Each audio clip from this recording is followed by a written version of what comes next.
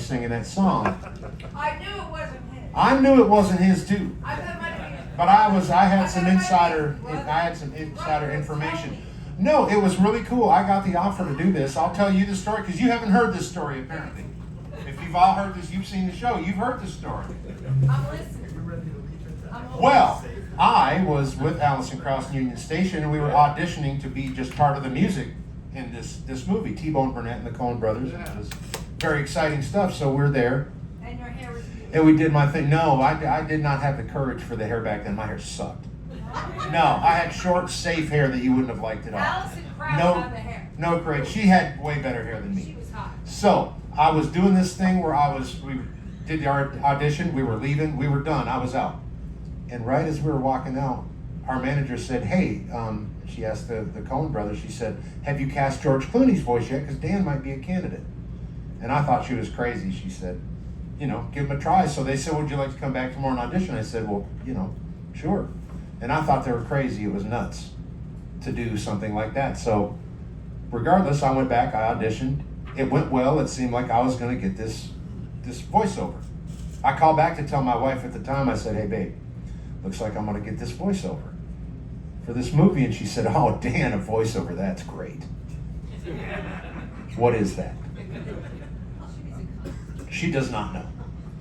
So I tell her, I said, "You know, when you go to the movies, you're going to see George Clooney up on the big screen, but when you hear him, you know, when you hear him sing, it's going to be my voice you hear coming out of his mouth." And she said, "Dan, that's my fantasy." So I ended up getting to do this song.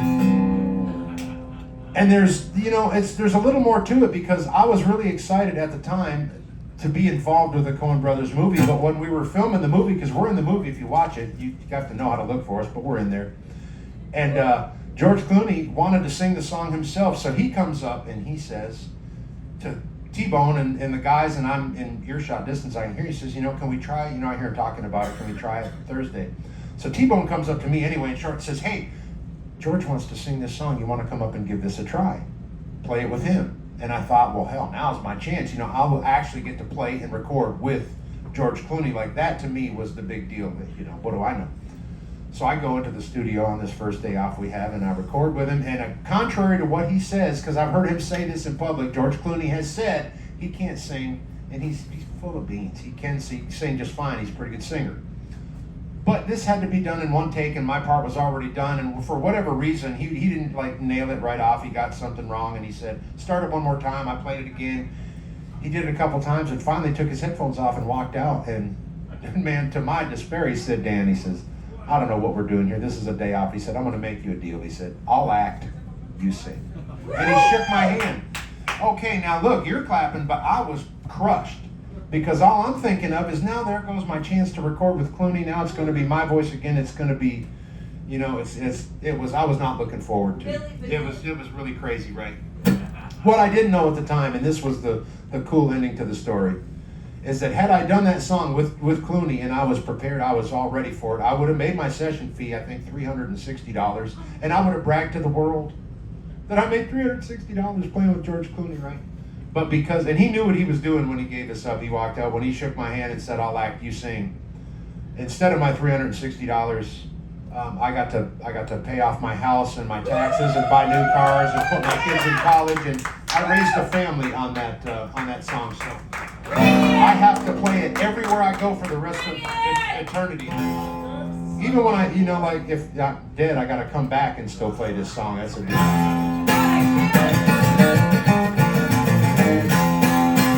Well, in constant sorrow all through his day, but how I am a man of constant sorrow. Well, I've seen trouble all my day,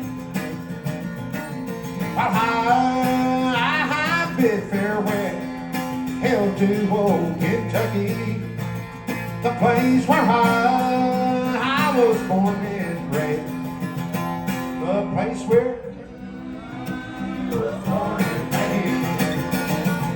Well, for 6 long years I've been in trouble, no pleasure here For in this world, girl, I found a ramble. I have no friends to help me now. He has no friends to help me now. Well, head fare thee well, hell, my whole true lover. I never expect to see you again. Before I'm bound to ride, hide that northern railroad, perhaps I'll die upon this train. Perhaps he'll die upon this train.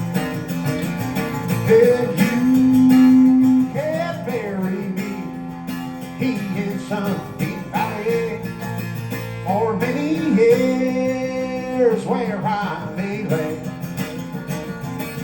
Well, then you may learn to love another.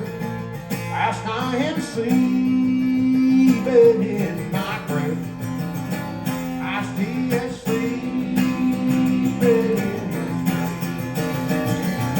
Well, maybe your friends think I'm just a stranger. I think you never see no more. But there is one promise that is given. I'll meet you home.